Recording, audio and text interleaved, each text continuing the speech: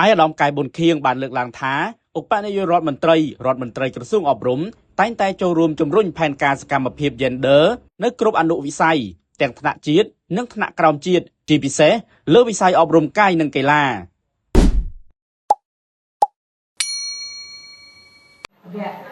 សិក្ខាសាលាលើកកម្ពស់សមត្ថភាពស្ត្រីនៅក្នុងវិស័យកីឡាស្ដីពីមូលដ្ឋានគ្រឹះក្នុងការប្រើប្រាស់នាថ្ងៃទី3ខែតុលាឆ្នាំ2025អាយដាមកែប៊ុនខៀងរដ្ឋលេខាធិការក្រសួងអប់រំយុវជននិងកីឡាបានអញ្ជើញចូលរួមជាកិត្តិយសក្នុងពិធីបិទការរៀបចំសិក្ខាសាលា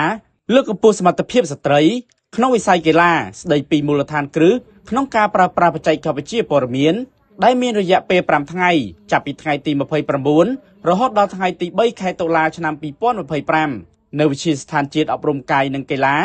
រៀបចំដោយនាយកដ្ឋានកីឡាជំនាញនិងកីឡាមហាជននៃក្រសួងអប់រំយុវជននិងកីឡា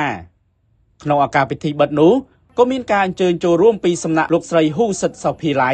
អគ្គនាយករងនៃអគ្គនាយកដ្ឋានឧត្តមសិក្សានិងជាជនបង្គោលនៃគម្រោងលើកកម្ពស់សមត្ថភាពស្ត្រីនៅក្នុងវិស័យកីឡានៅកម្ពុជាលោកវ៉ាវណ្ណៈអគ្គនាយករងនៃអគ្គនាយកដ្ឋានកីឡាលោកហ៊ូតសេងត្រីប្រធាននាយកដ្ឋានរៀបចំព្រឹត្តិការណ៍និងស្ថិតិកីឡាលោកយានគីស៊ីវថាប្រធានមជ្ឈមណ្ឌលជាតិហ្វឹកហ្វឺនកីឡានិងអ្នកតំណាងវិទ្យាស្ថានជាតិអប់រំកាយនិងកីឡាលោកស្រីហ៊ូសិតសុភាឡៃបានប្រាប់ឲ្យដឹងថាកិច្ចដំណើរការសិក្ខាសាលាបានដំណើរការដោយបែងចែកសិក្ខាកាមជា2កម្រិតផ្សេងគ្នា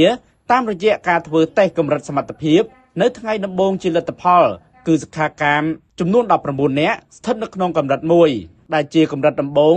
និងសិក្ខាកាមចំនួន21នាក់ស្ថិតនៅកម្រិត2ខ្លឹមសារនៃការរៀនរយៈពេល3ថ្ងៃដំបូងនិងព្រឹកថ្ងៃទី4គឺផ្ដោតទៅលើការរៀនទ្រឹស្ដីនិងអនុវត្តដោយផ្ទាល់អំពីការប្រើប្រាស់កម្មវិធី Microsoft Office Word Microsoft Excel Microsoft PowerPoint នៅក្នុងនោះគឺបានលម្អិតអំពីរបៀបនៃការប្រើប្រាស់កុំព្យូទ័រឲ្យបានត្រឹមត្រូវទៅតាមលំដាប់លំដោយរក្សាទុកនៅឯកសារចាក់សោឯកសារនិងការប្រើប្រាស់នៅមុខងារសំខាន់ៗជាច្រើនទៀតផងដែរ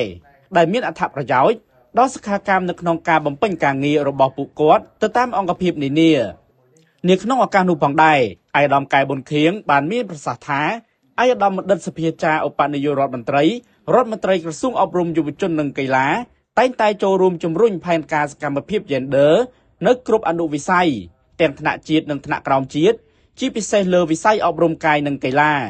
លើពីនេះដើម្បីស្របទៅតាមគោលដៅអភិវឌ្ឍចីរភាពទាំង17របស់អង្គការសហប្រជាជាតិនៅក្នុងគោលដៅទី5ក៏បានបង្ហាញអំពីការលើកកម្ពស់ Gender ដោយផ្ដល់អំណាចនិងភាពស្មើគ្នាទៅលើស្ត្រីគ្រប់រូប